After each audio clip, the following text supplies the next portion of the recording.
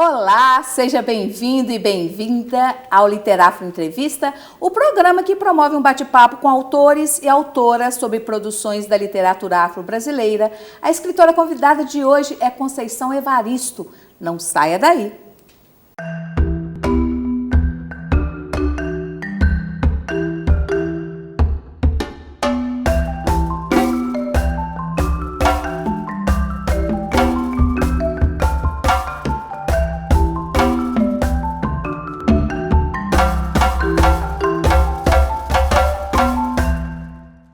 Maria Conceição Evaristo de Brito, mineira de Belo Horizonte, nasceu em 1946, é graduada em Letras pela UFRJ, mestre em Literatura Brasileira pela PUC do Rio de Janeiro e doutora em Literatura Comparada na Universidade Federal Fluminense. Evaristo teve suas histórias editadas pela primeira vez em 1990, aos 44 anos, na coletânea Cadernos Negros, organizada pelo Coletivo Paulista Quilomboje.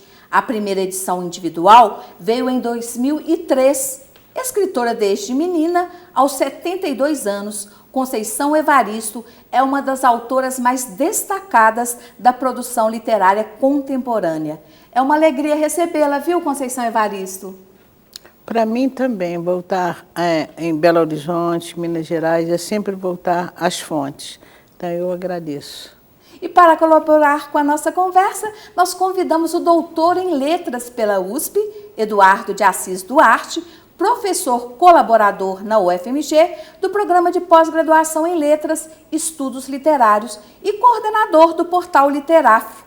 Obrigada pela participação, viu, professor Eduardo? Eu que agradeço, é uma satisfação enorme estar aqui com vocês hoje, estar aqui ao lado de Conceição Evaristo, que seguramente é uma das mais destacadas personalidades negras brasileiras contemporâneas. É uma alegria, Conceição, estar com você de volta ao Literafro, você que nos deu um depoimento tão lindo em 2009, que está publicado na sua página do portal Literafro. É uma satisfação enorme estar com você de novo.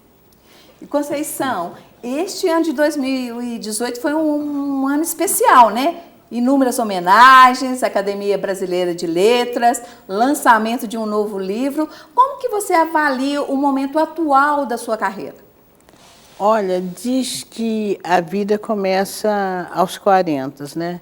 Eu estava dizendo há pouco, momentos atrás, para o professor Eduardo, eu vou dizer que a vida começa aos 70, porque essas homenagens todas, a consolidação da minha literatura, eu digo consolidação assim, em termos de reconhecimento, em termos de visibilidade, ela vai se dar muito, esses acontecimentos são marcantes na minha carreira literária, aparecem agora, aos meus 72 anos, depois dos 70.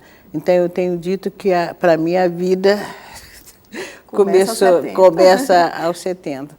Sem sombra de dúvida, é muito bom, é muito emocionante. É um momento que eu olho a minha infância, eu olho a minha juventude e percebo que a vida me permitiu realizar sonhos, realizar desejos e, mais do que nunca, perceber que eu continuo buscando algumas coisas ou vivendo a vida com uma fidelidade ideológica. Para mim isso é muito importante. Então, algumas coisas que eu pensava na infância, que eu pensava na juventude, eu fui amadurecendo através do tempo e mantive essa fidelidade, né? Que é pensar a história do coletivo, pensar a história da comunidade negra, pensar a história da pobreza. Então, isso para mim significa que a vida faz sentido. Conceição, você acaba de lançar um novo romance, um novo livro, Canção para Ninar Menino Grande. Poderia falar um pouco desse novo livro e dizer também das possíveis relações que existem entre esse novo trabalho seu e os seus livros anteriores? Olha, esse trabalho, eu poderia dizer que ele foi muito instigado por uma nova geração que está escrevendo, uma nova geração de mulheres negras. Por quê? Porque enquanto a minha geração, ao falar das relações amorosas, ou ao falar da sexualidade, nós falávamos de uma maneira mais discreta, mais velada, talvez a que teve uma linguagem mais explícita foi a escritora Miriam Alves, que ela traz para o texto literário as relações homoafetivas entre mulheres. Então, esse texto nosso, ele é muito mais reservado quando as personagens tratam de explicitar os seus sentimentos. Por exemplo, Ponciá Vicêncio é uma personagem extremamente só. Se percebe a solidão de Ponciá Vicêncio ao ler o texto. É muito mais a interpretação de quem lê do que a fala da personagem. A personagem, ela não reclama da solidão dela. E hoje a gente tem uma gama, eu digo meninas porque são leitoras bem mais jovens do que eu, que elas colocam sem dificuldade nenhuma as relações amorosas das personagens, as relações homoafetivas, as histórias de amor são mais explícitas no que se refere à maneira da narrativa. Então, Canção para Ninar Menino Grande nasce muito disso. Esse desejo também de levar para o texto as relações amorosas da personagem.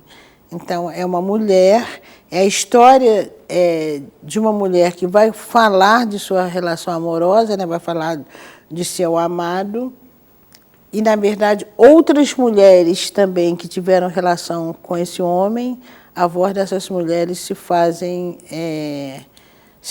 também ouvir. Agora, o que tem a ver com a literatura que eu tenho produzido até hoje é porque está no centro da cena um homem negro, e eu quero pensar também como esse homem negro, né, muitas vezes ele é endurecido, pensar que o machismo do homem negro também, na verdade, ele é atravessado também por uma questão étnica, né? O homem, Luiz Abar já dizia que o único momento que o homem negro se equipara ao homem branco é na hora dele exercer o machismo. Porque, fora disso, o homem negro na sociedade brasileira, em relação ao homem branco, ele é vulnerável. Então, traz também esse homem negro que é mulherengo, mas que tem uma frustração muito grande de, quando criança, não poder ter sido o príncipe da escola, ter sido substituído por um menino branco.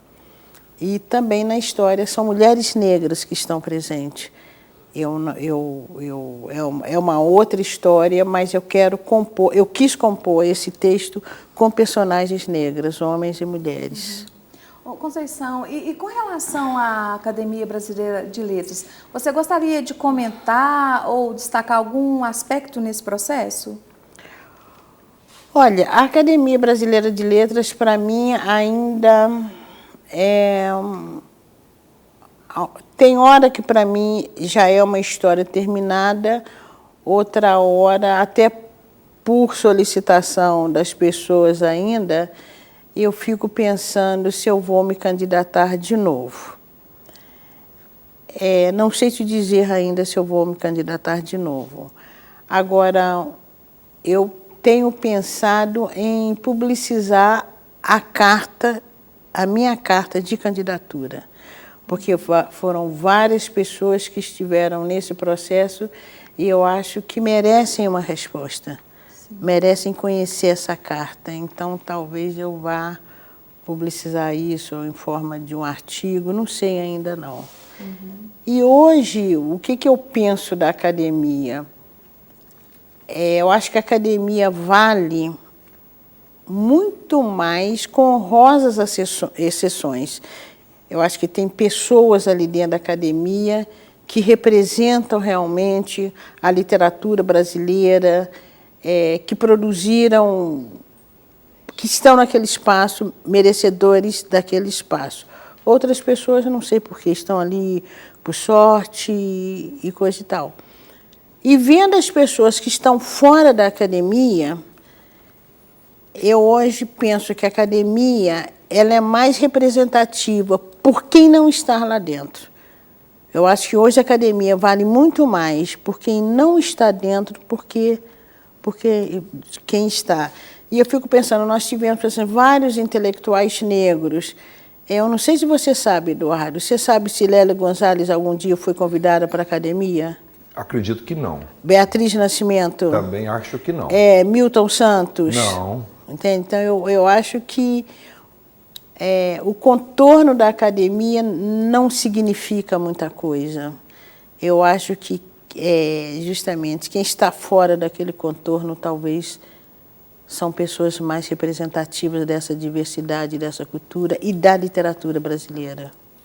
A sua candidatura, há quem diga que foi uma anticandidatura. Eu discordo um pouco desse termo, mas eu penso que, de todo modo, existe um simbolismo muito forte no sentido de visibilização das margens da cultura oficial, né? Em especial no sentido de dar visibilidade aos autores negros, etc. Como é que você concordaria com essa leitura, Conceição? Concordo plenamente a minha candidatura, que foi uma candidatura que ela nasce de um desejo e ela chega a mim de uma forma muito espontânea, porque no nosso meio, de vez em quando, algumas pessoas brincavam, o seu próximo lugar é na Academia Brasileira de Letras. Mas conversa de amigos, a gente sempre coloca sob suspeição, né? Até que uma jornalista me telefona e me diz, foi nesse momento que eu soube que a minha candidatura estava sendo lançada. E no outro dia eu recebo uma carta de apoio, até por e-mail, do Eduardo Suplicy. E aí a coisa vai avolumando. Começa realmente com o pessoal de Salvador, com professoras e mulheres negras de Salvador. Agora, essa candidatura ela teve a força de questionar os moldes de entrada para a academia. Eu acho que hoje, se a própria academia for escrever as histórias das candidaturas, eu acho que houve uma rasura. Perfeito. Entende? Eu acho que houve uma rasura nos modos de se candidatar. Eu também não considero que seja uma anticandidatura, não, entende? Eu acho que foi realmente uma candidatura que questionou os modos da academia eleger, né, os seus acadêmicos. E isso vai ficar na história. Isso não tem nenhum... Houve uma grande mobilização pela internet, não é? Quer dizer, em 3 dias o portal Literáforo, quando publicamos a sua foto subindo as escadas da academia, em 3 dias, e com uma pequena nota dizendo que você tinha oficializado a candidatura, em 3 dias houve 75 mil acessos a essa notícia. Quer dizer, que é uma coisa muito específica, não é? Como você declarou para a Folha de São Paulo, muita gente nem sabe direito o que vem a ser uma Academia Brasileira de Letras, não é verdade? Então tem todo esse diferencial, vamos dizer assim. Não é? E por falar em diferencial, você, Conceição, já começou a falar anteriormente um pouquinho sobre a nova geração, né? E a minha pergunta vai nesse sentido. Como que você vê o surgimento agora de jovens mulheres negras, como, por exemplo, a Djamila Ribeiro, a Giovana Xavier, a Luana Tolentino, né? Tem um grupo aqui da UFMG, os Pretas Poetas, né? A Marielle. Como que você vê esse surgimento, né? Essas jovens mulheres negras se destacando nas artes, né? Nas ciências sociais, na política? Olha, eu gosto muito de retomar uma frase que a gente tem dito muito no Rio de Janeiro. Os nossos passos vêm de longe. Quando eu retomo, por exemplo, a carreira de Lélia Gonzalez, de Beatriz Nascimento, da própria Helena Teodoro, né, que está aí conosco, graças a Deus, né, ou graças às deusas, são mulheres que viveram esse momento nas universidades. Elas viveram muito só, muito só. Eu mesmo, quando em 76, quando eu entrei para fazer o curso de letras na UFRJ, eu podia contar o número de estudantes negros, homens e mulheres, do meu curso de letras. Em 76 era ainda, tudo era muito pouco. As ações afirmativas, né, com o sistema de cota, elas ampliam esse universo. Então, a gente encontra em vários cursos uma presença de alunos negros. E essas meninas, eu digo meninas e meninos, eles chegam com uma veemência muito grande. E chegam com uma veemência muito grande também porque eles têm já uma fonte inspiradora, né? Quer dizer, quando se abre o Enem e está lá o texto do CUT, né? Está lá o meu texto, então esses meninos e meninas, hoje eles têm um terreno mais firme, né? E tem mais referência, não é que nós não tivéssemos referência. Tínhamos sim, eu me lembro que nos anos 80 eu escrevi um pequeno artigo sobre Maria Firmina dos Reis, num jornalzinho alternativo de movimento negro, que eu tenho até vontade de ver se eu recupero. E hoje, todo esse material, eu estava falando ontem com a Constância, né, com a professora Constância, nós estamos fazendo história, nós estamos construindo uma história de uma nova militância, de uma nova intelectualidade, e que, sem sombra de dúvida, são essas meninas que vão que vão ampliar, né, vão carregar essa herança. Quando a gente pensa que Djamila Ribeiro está publicando o livro de Sueli Carneiro, que acaba de ser lançado também, Sueli Carneiro, acho que é uma escrita de uma vida inteira, escrita por uma vida, agora esqueci exatamente o título.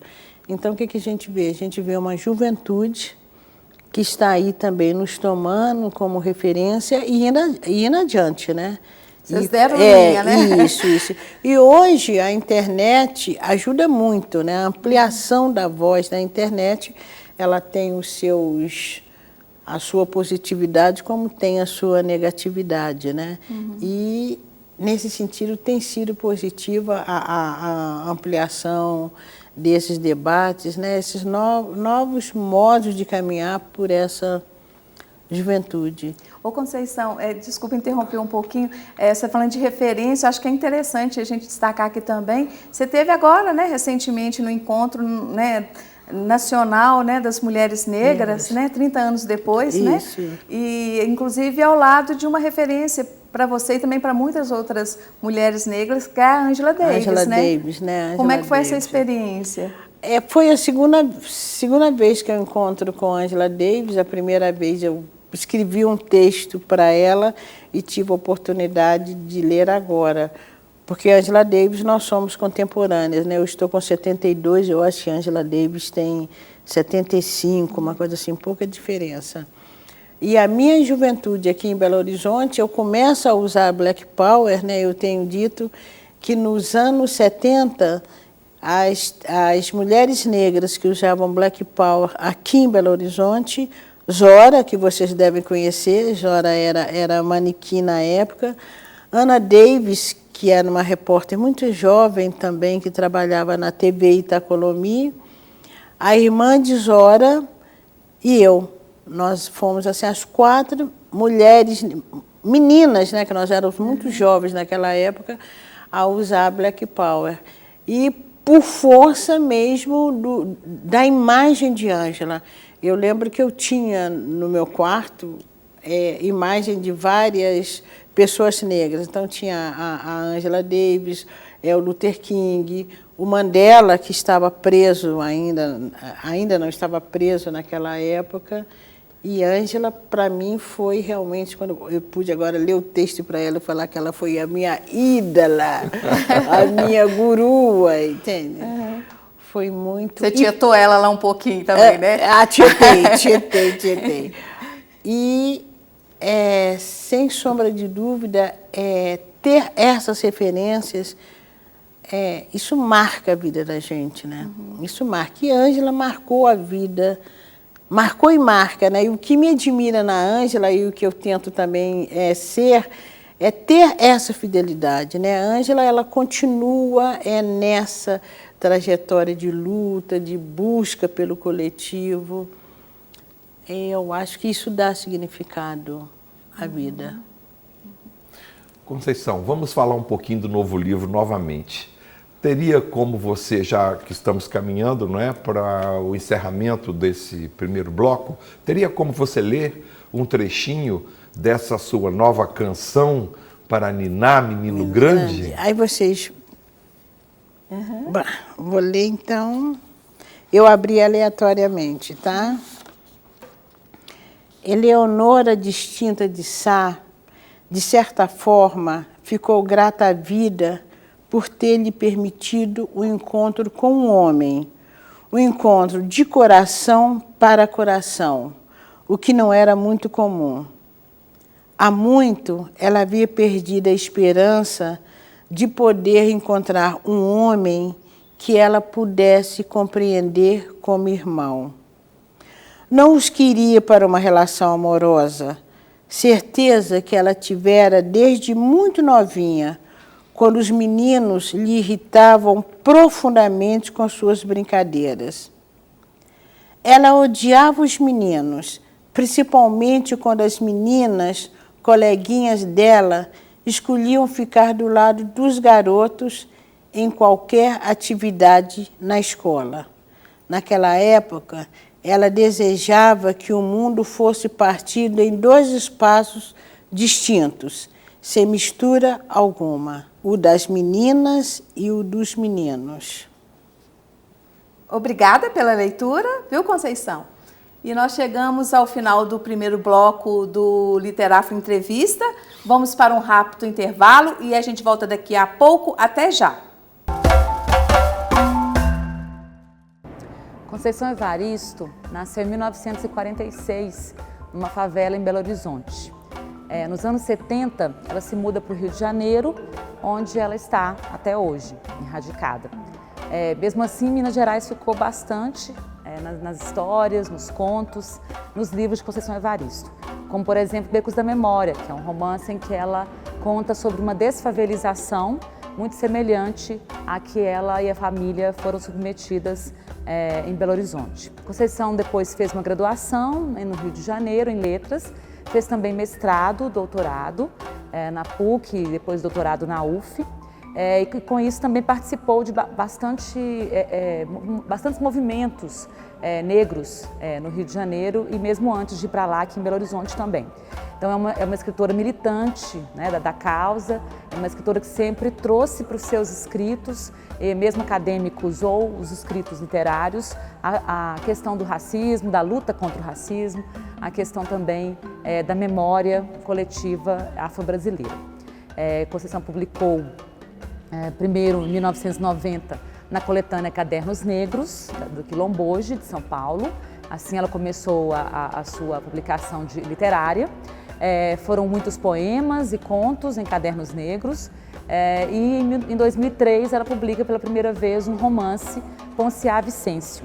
Ponciá Vicêncio é um romance muito importante para a literatura brasileira e afro-brasileira. Ele conta a história de uma menina que sai da sua vila, né, Vicêncio, uma vila de negros ex-escravizados, e vem para a cidade grande, né, uma cidade grande qualquer, não é nomeada nem nada. Essas passagens, as viagens que Ponciá e sua família fazem para a cidade grande na luta por uma vida melhor, elas podem ser consideradas inclusive um romance de formação diferente dos romances de formação alemães, né, chamados de Bildungsroman.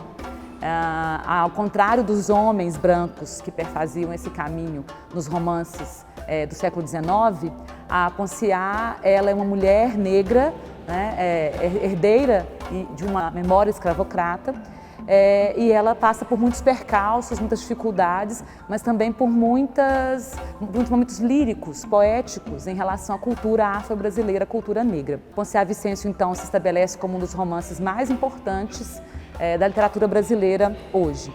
Já foi indicado para vários vestibulares, inclusive da UFMG, e consolidou Conceição como uma escritora muito importante para o Brasil. Depois de Ponciá, ela publica Becos da Memória, né, o livro que eu já me referido, e publica também alguns contos em coletâneas, como Olhos d'Água, que ganhou o Prêmio Jabuti.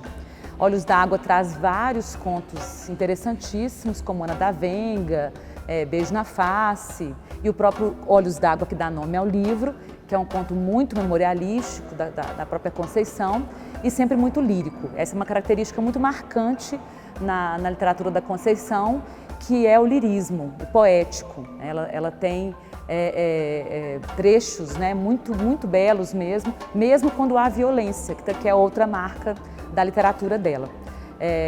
O professor Eduardo Duarte chama isso de brutalismo poético, né, que é essa história de trazer a violência, o político, o panfletário, mas de uma forma muito lírica, muito trabalhada. Ela tem uma extensa, ela se dedica muito, né, ao trabalho da palavra. Então, em Olhos d'Água, a gente pode ver isso muito tranquilamente. Na parte poética, na poesia da Conceição, também observamos bastante esses mesmos aspectos, né, o que constitui uma obra que há um projeto mesmo literário, a gente percebe isso claramente. Depois os poemas foram reunidos em poemas da recordação e outros movimentos, que marca também essa reunião de poemas já muito conhecidos. Conceição primeiro se estabeleceu um público através de cadernos negros, um público fiel, que agora consegue ler esses mesmos poemas, mesmos escritos nos livros publicados pelas editoras mais recentemente. Vozes Mulheres é um poema muito conhecido, muito famoso, que prova essa carga memorialística de uma memória coletiva afro-brasileira para a escrita da Conceição Evaristo. A voz de minha bisavó ecoou criança nos porões do navio, ecoou lamentos de uma infância perdida. A voz de minha avó ecoou obediência aos brancos donos de tudo. A voz de minha filha recolhe em si a fala e o ato, o ontem, o hoje, o agora. Na voz de minha filha se fará ouvir a ressonância, o eco da vida-liberdade. Essa vida-liberdade que vai passando de geração em geração de mulheres. São as mulheres as protagonistas da escrita da Conceição Evaristo. Tanto nos romances, como é o caso de Ponciá, como é o caso também em Becos da Memória, dos contos, que mesmo quando elas não são protagonistas, elas são também figuras muito importantes na obra, nas histórias de Conceição. O livro Em Submissas Lágrimas de Mulheres, também um livro de contos, traz todos os episódios, todos os escritos, todos os contos, mulheres narrando suas histórias para uma narradora, uma entrevistadora. É um romance polifônico que traz também então várias vozes, né, narrativas contemporâneas, que valoriza a estética da obra da Conceição e continua com essa ideia de trazer as mulheres negras para o protagonismo de seus escritos. Em Submissas, a violência também é muito recorrente, muito marcante, muito potente, mas da mesma forma poética, né, de um brutalismo que atrai o leitor, que emociona o leitor, que encanta o leitor. De Leves Enganos e Parecenças é um dos últimos livros da Conceição, já traz um realismo mágico, é uma história do absurdo um pouco para a obra dela, o que também é muito interessante, porque na literatura brasileira isso não é tão recorrente. E por último temos o Canção para Ninar Menino Grande, que é o livro mais recente da Conceição. Estamos de volta com o Literafro Entrevista. Vamos retomar o nosso bate-papo com a escritora Conceição Evaristo. Conceição, no bloco anterior você finalizou, né, com a leitura de um pequeno texto aí do livro que você está lançando, né, um pré-lançamento, aliás. Como que foi esse processo de escrever esse livro, a questão das personagens, como que foi? Bom, esse livro eu queria colocar uma mulher no centro da cena, falando de suas relações amorosas. E ela, ao contar as suas relações amorosas, ela, ao trazer o homem amado, ao descrever o homem amado, outras mulheres também que tiveram relações amorosas com esse homem, a voz dessas mulheres também aparece. E essa personagem agora foi a voz de Eleonora Distinta de Sá, que é justamente uma mulher lésbica e que se aproxima, né, a vida no momento de barro, os dois se aproximam e um tem um encantamento muito grande com o outro, independente de relações amorosas ou relações sexuais. Então ela descobre pela primeira vez que os homens podem ser amigos dela, que era isso que eu queria também trazer. Essa humanização do sujeito negro, principalmente dos homens, né? Porque o homem negro também é visto de uma maneira ainda muito cruel na sociedade brasileira. Então, a solidão desse homem negro vai aparecer em cena e vai aparecer justamente no momento que ele está conversando com uma mulher, que ele nunca vai ter uma relação amorosa com essa mulher. É uma relação, é um encantamento que ultrapassa o desejo sexual. Então, é no encontro, esse homem mulherengo, ao encontrar uma mulher lésbica, é aí também que ele vai se colocar e perceber a sua própria solidão. No caso, então, nós poderíamos dizer que seria um processo de um duplo aprendizado? Sim. Um duplo aprendizado. Isso. E esse livro ainda tem uma curiosidade também, porque a resenha publicada na Folha de São Paulo diz que é uma novela. E, inclusive, compara com novelas importantes, tanto de Machado de Assis, não é? O Quincas Berro d'Água do Jorge Amado, e também com Guimarães Rosa, etc, etc. E já há outros leitores que consideram que vai além do que seria uma novela e que seria, de fato, um romance.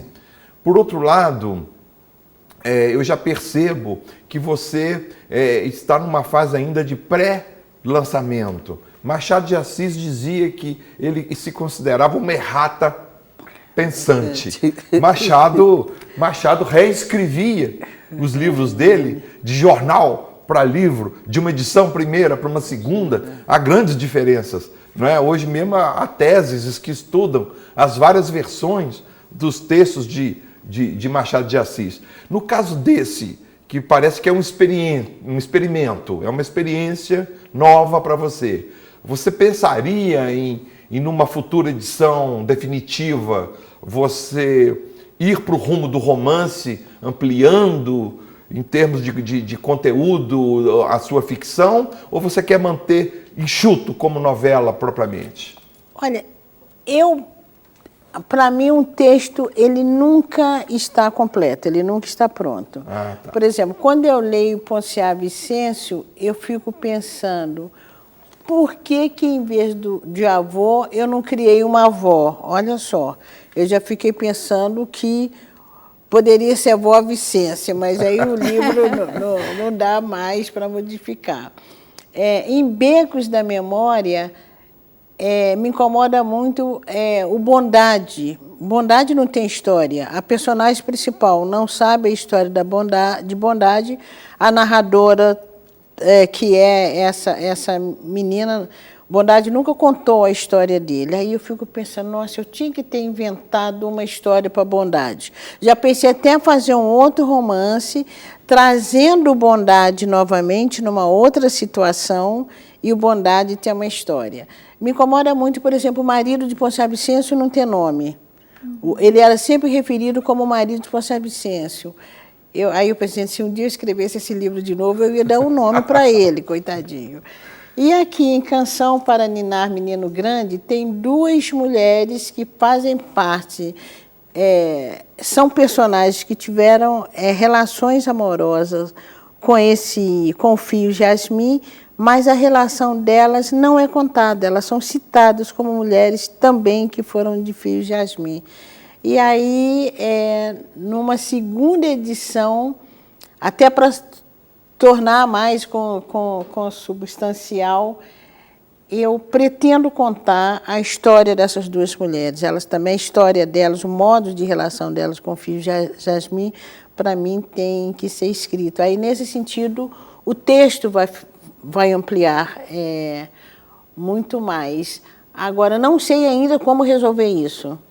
Eu vou culpabilizar a narradora, entende? A narradora, ou até naquele momento essas duas mulheres não estavam dispostas a contar, depois elas resolveram contar, mas essas histórias vão aparecer ainda. Que interessante. Então você está reproduzindo novamente as técnicas de Machado de Assis. E é legal, assim, particularmente aqui falando, eu estava lendo recentemente uma obra da Angela Davis, em que ela fala do mito do estuprador negro, né? Então é muito bacana quando você vem e apresenta essa dimensão da solidão desse homem, né? Isso é de muita sensibilidade mesmo, né? E aliás, no projeto desse livro, que ele começou há muito tempo e só agora no final do ano passado, ao final desse ano que eu terminei, eu tenho a impressão que ele vai ser um livro que pode ser dialogado com Niquete de Paulina Cisiani. Durante toda a feitura do livro. Eu não sei. Um livro de Paulina Cisiani, que ela conta a história de poligamia nas sociedades poligâmicas africanas. E tem o homem no centro da cena e as mulheres desses homens também, há um dado momento que elas se encontram.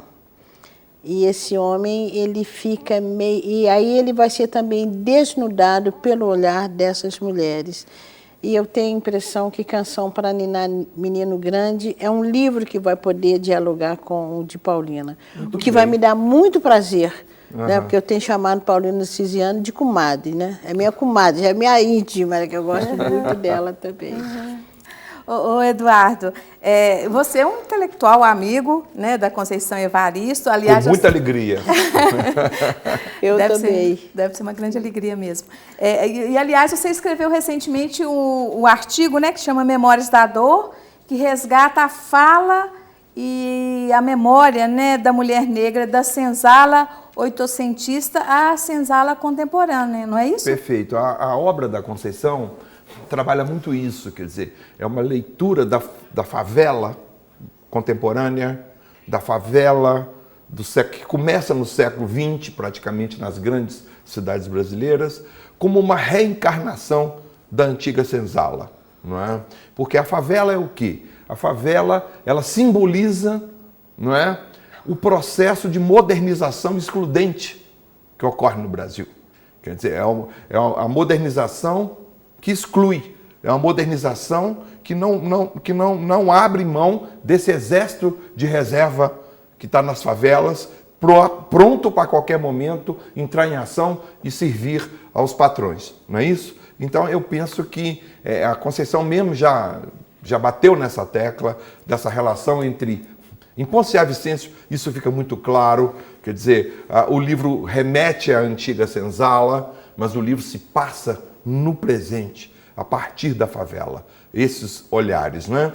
Então, Conceição, pegando esse gancho aí do moderno e do antigo, eu queria pensar na sua figura de intelectual, não é? Quer dizer, você é uma mulher do século XX, você vem de uma tradição moderna, não é? Do escritor moderno, não é? Que vem toda a tradição moderna que surge desde o final do século XIX na Europa, desse escritor que, além de ser o criador, é também crítico.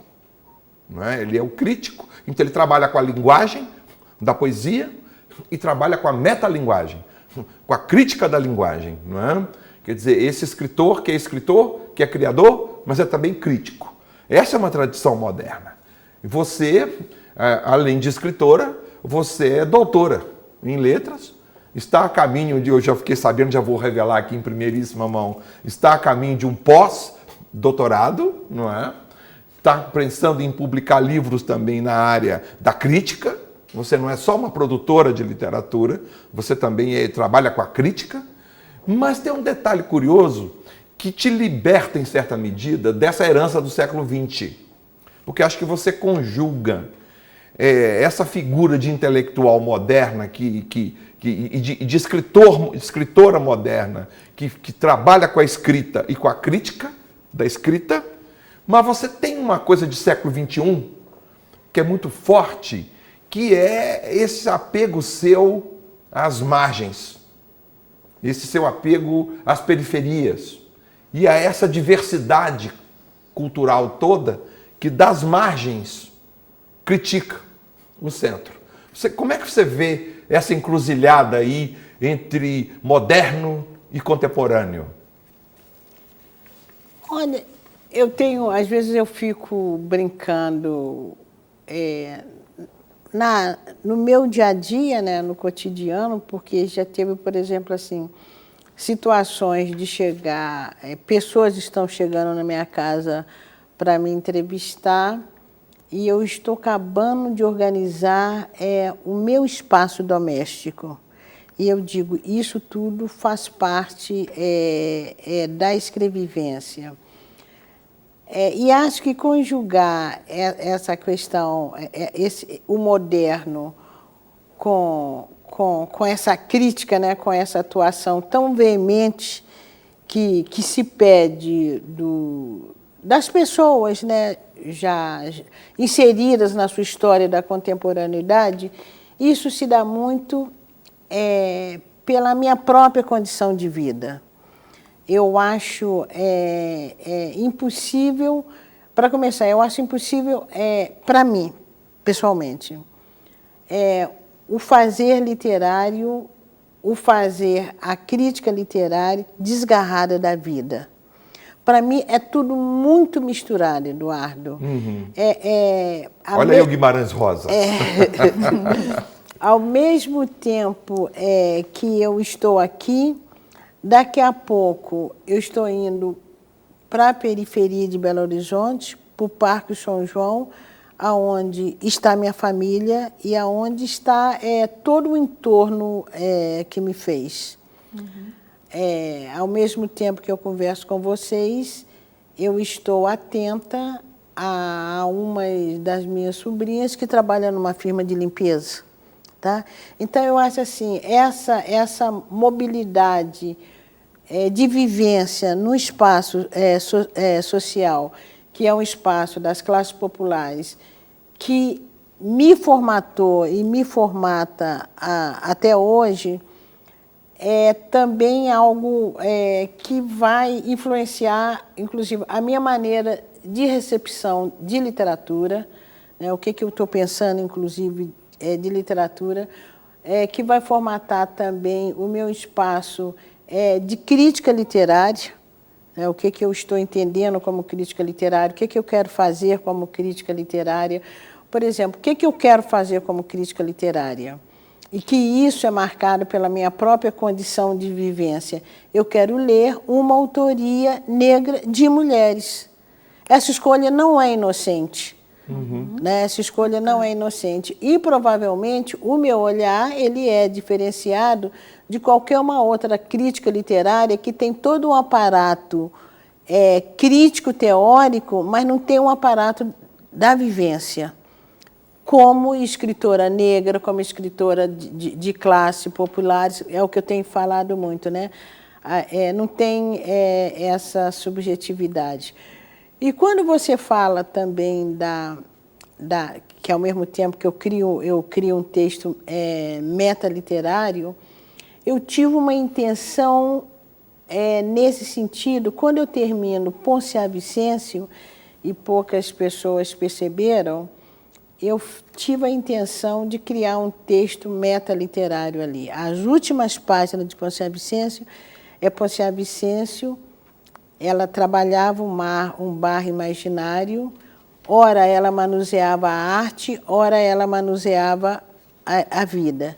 aí eu vou dizer que a arte é também composta por suas ausências, né? O próprio bracinho do professor Vicêncio é que faltava. Então, para mim também, a crítica literária ela está muito próxima da literatura. Certamente. Eu acho que você pode fazer, você pode e deve até contaminar a sua própria crítica literária num processo de criação literária, né? Por isso aquele texto também, a escrevivência, né? Esqueci como é que chama. Sim. Quando eu vou dizer o primeiro sinal gráfico que eu recebo é o sinal da minha mãe desenhando o sol. Uhum. E também, se a literatura... E aí eu vou pensar um pouco também no Lima Barreto, né, naquele texto dele, da função da literatura, Sim. qualquer coisa assim. A literatura, como a arte, né, eu acho que ela tem uma possibilidade, eu não vou dizer nem função, para também não ser muito didática, não pensar a literatura de uma forma muito didática.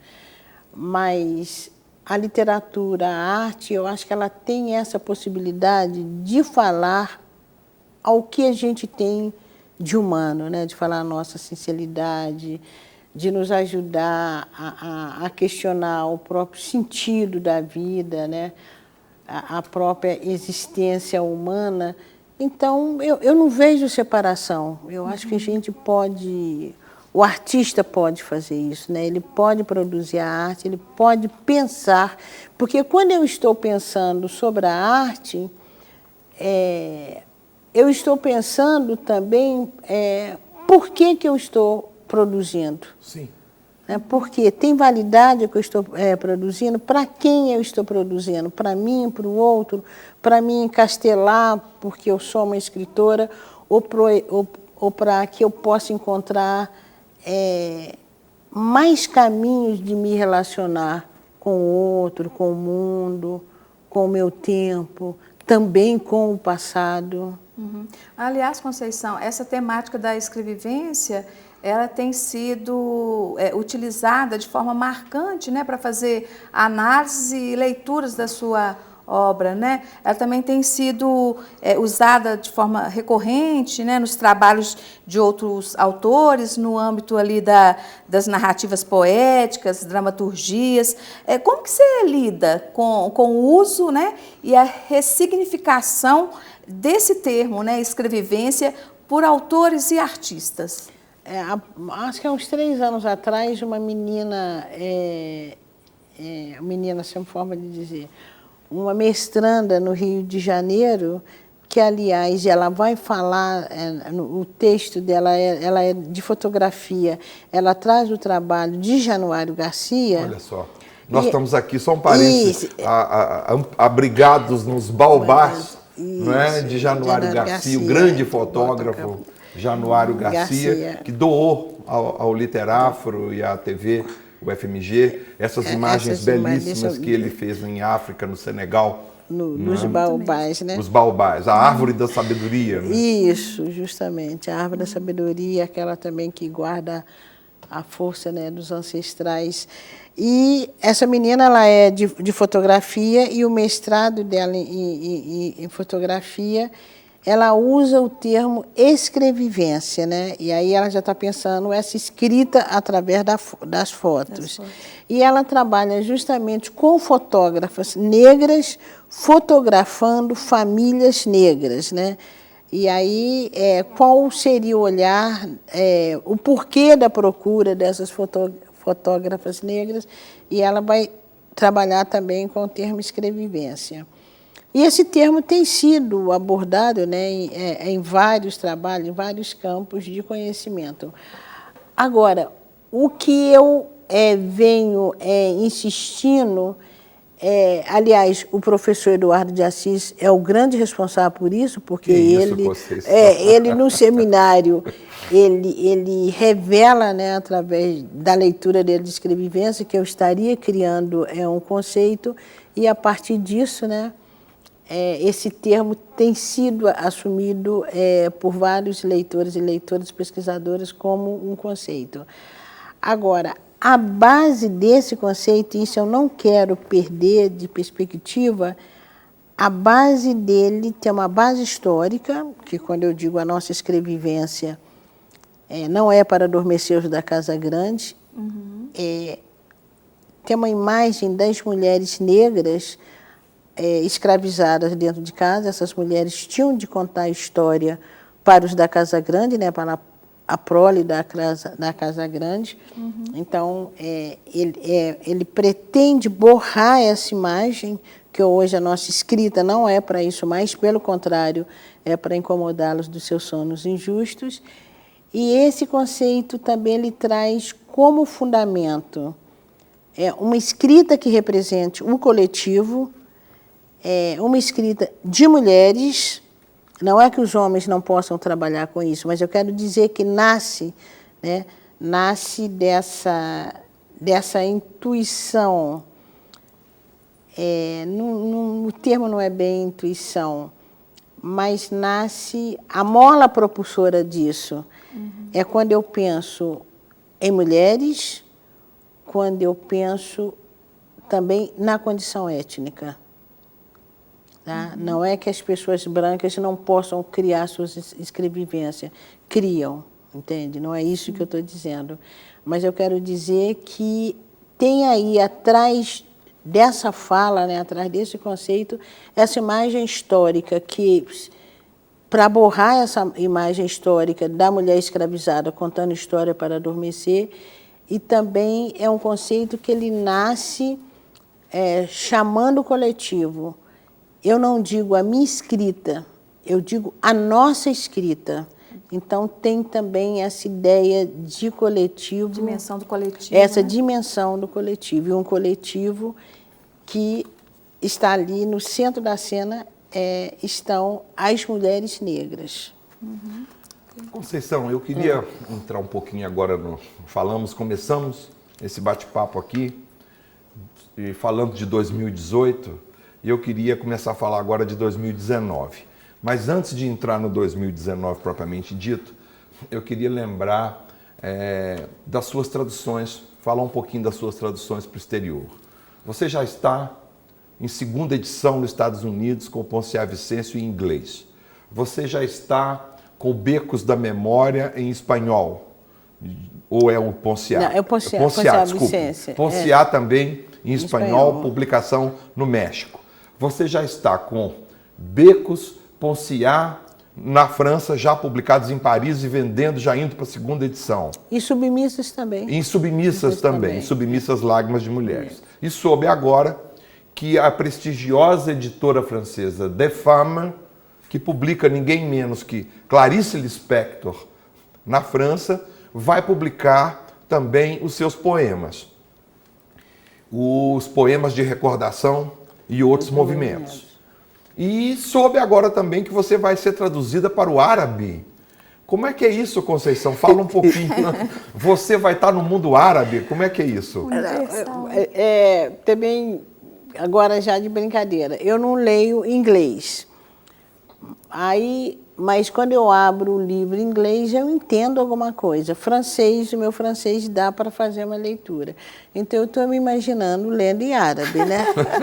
Não vou ler nada. A única coisa que eu vou reconhecer vai ser meu nome, né? E também, se eles grafarem em árabe, também não vou reconhecer. Na verdade, a editora francesa, a Ana Caona, é procurada e é solicitada para traduzir Becos da Memória e Ponciá Vicêncio em árabe. É uma tradução que eles vão fazer já da versão francesa para o árabe, né? E eu estou assim, metidíssima. Imagine. Duas obras, né? Duas obras traduzidas. Parabéns. Obrigada. Parabéns. Daqui a pouco você vai estar em russo, em chinês, em indiano. Bom, Parabéns agora mesmo. falando de 2019. Eu fiquei muito intrigado porque você colocou na sua página do Facebook um recado mais ou menos assim: por favor, pessoal, no ano que vem, 2019, não me convidem para nada, porque eu não vou ter tempo, etc, etc. Eu te pergunto, qual é a razão desse recolhimento, então, todo para... O que vem por aí em 2019? Eu só quero voltar um pouquinho à tradução, quer dizer, a edição de Femme, que está traduzindo o Poema da Recordação e outros movimentos, e que traduz Clarice Lispector, eu quero também registrar, e isso, de certa forma, me deixa muito lisonjeada também, porque é essa casa também que edita Carolina Maria de Jesus. Muito bem. Que editou o Diário de Bitita. É uma célebre editora feminista francesa, não é? Editou Simone de Beauvoir. Também. E o primeiro contato do texto de Carolina de Jesus na língua francesa é através dessa casa, quando jornalistas vêm aqui no Brasil fazer uma entrevista com várias mulheres que estavam destacando na época e encontram Carolina. Bom, os meus trabalhos para o ano que vem. Então você tem todos os motivos para ficar metida. Todo mundo ficar metidíssimo, né? Meus trabalhos para o ano que vem. Já tem uns 5 ou 6 anos que eu comecei um romance, Flores de Mulungu, e o romance está parado. A própria canção para Niná, Menino Grande, é um romance que eu comecei há uns 3 anos também e terminei agora. Ele também ficou parado. Quero também produzir um livro de contos, colocando homens no centro da cena. Assim como em Submissas Lágrimas de Mulheres traz mulheres, eu quero produzir alguma coisa, já comecei também, que coloquem homens no centro da cena. Homens negros serão também personagens, homens negros. Quero produzir um livro de crítica. E aí eu não posso ficar saindo mais para palestra, para cursos. O Flores de Mulungu é para 2019, então? Que, aliás, a editora Palas já está esperando esse livro há 2 anos. Entende? E um livro também infanto-juvenil, que é O Pássaro que Beijava as Estrelas, e que eu quero fazer também numa coedição com o Grupo Quilomboje de Literatura, que foi o grupo que eu fiz a minha primeira publicação. Aqui em Belo Horizonte, nós temos vários grupos levando para o palco textos seus, né? Adaptações, tanto dos seus contos, quanto de trechos do Ponciá, trechos de Becos e outros textos. Você teria algum plano também nessa linha aí? Você está cheia, você está com uma agenda cheia para 2019? Isso. Teria aí algum plano para escrever para teatro, alguma coisa para teatro? Houve também uma proposta de filmarem o Ponciá. Como é que anda isso? Pois é, a proposta de filmar Ponciá Vicêncio, eu tenho de entrar em contato, porque essa proposta ela já está pensada, tem mais de 15 anos, e por questão de incentivo e coisa e tal, não se conseguiu ainda. Então, vamos ver. Eu quero muito, vamos ver o que fica. Outras pessoas também já pensaram, até aqui de Minas, esqueci o nome da moça, pensou em fazer alguma coisa de teatro com Becos da Memória. No momento, tem 2 grupos no Rio de Janeiro que até já entraram em contato comigo e coisa e tal, pensando de fazer uma compilação de minha obra, não sabem muito bem se vão pegar poemas ou prosa e querem também fazer alguma coisa. Já me pediram para escrever para teatro. Eu acho que eu não tenho essa competência, entende? Então, já me pediram para ajudar. Será? Eu acho que eu não tenho, não. Também roteiro, se eu não gostaria de ajudar a fazer um roteiro de um filme, mas eu acho que eu não tenho essa competência, não. E também precisa de tempo, né? Como agora, esse ano que vem, eu pretendo trabalhar menos, mas trabalhar menos, assim, no sentido de sair para palestras e coisa e tal, talvez eu consiga. Então já está explicado aqui para todo mundo, né? Porque que você vai precisar desse Vai. tempinho aí de recolhimento em 2019. É isso, justamente. Tá o motivo certo. do recolhimento Merecidamente. é para trabalhar. Ok. Olha, infelizmente o nosso tempo acabou, nós chegamos ao final do programa. Eu agradeço a presença de Conceição Evaristo e de Eduardo de Assis Duarte. E saiba mais sobre literatura afro-brasileira no portal Literafro. Acesse também as redes sociais e obrigada pela sua companhia.